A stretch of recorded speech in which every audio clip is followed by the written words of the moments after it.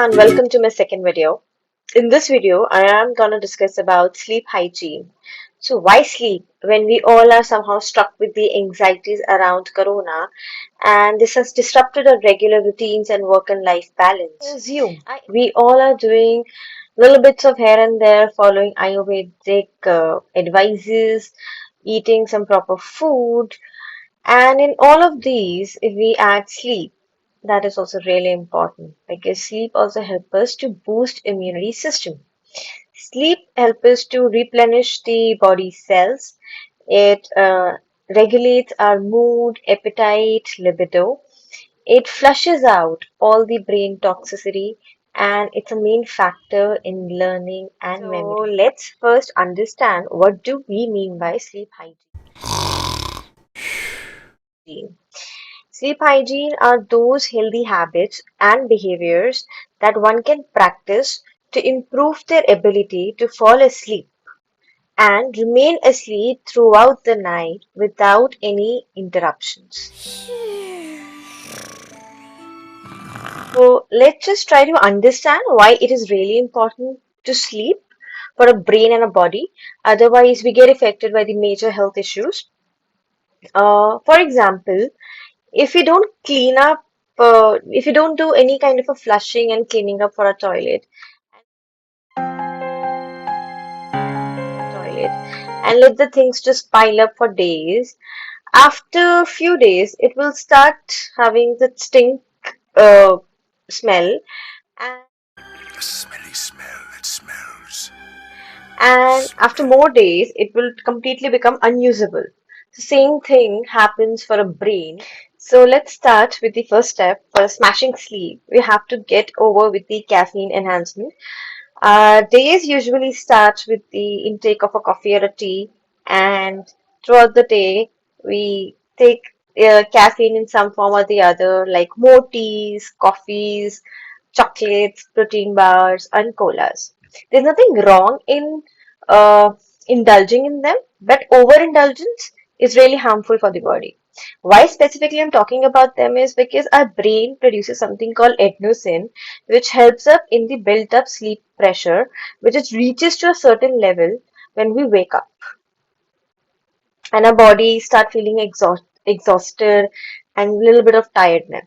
But because of this caffeine, those adenosine molecules get replaced by the caffeine and it tricks our nervous system that no, we are not feeling exhausted and I can still do my work and be focused over there. So, in our daily routines, how can we overcome this overindulgence? Is like we can stop taking any caffeine related drink after 2 p.m.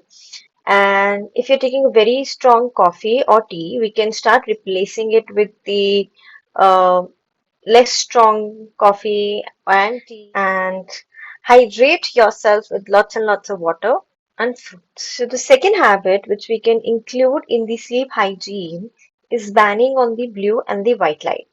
This can be easily found out in the illumination from the TV, laptop, mobile phones.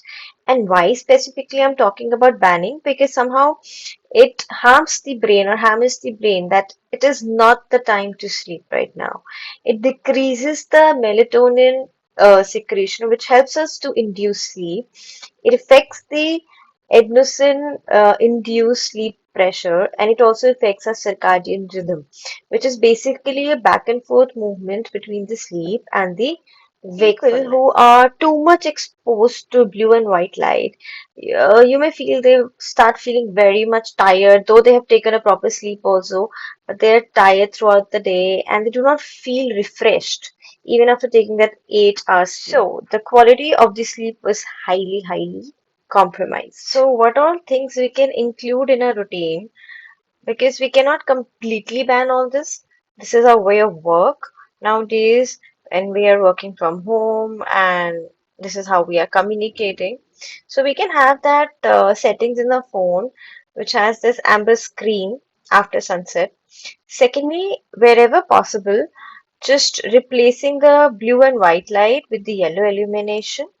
And we can try that before going to sleep, at least 1 hour before that, ban on all the mobiles, TV, and everything around which eliminate the white light and blue light. So the next practice which we can include in our routine is transforming our room into a sleep heaven, which means everything in the room is kind of bring that restfulness and slowing down within you. So try to invest in good bed linen.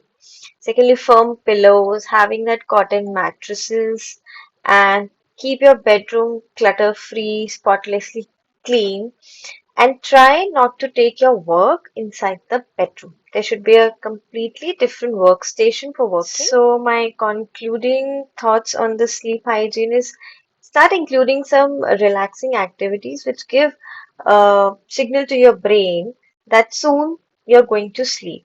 Since we all are differently wired, so one thing might work for one person and that might not work for the other persons. So it's completely okay. See what works for you. There's certain things which we might try, like having the dinner at least 2 to 3 hours before going to sleep, having a hot water bath, trying some yoga stretches, taking chamomile tea, reading a book, writing a gratitude journal, play a board game, listen to some Sanskrit mantras, and you might even use some essential oils. And try to set a fixed time to sleep and to wake up in the morning.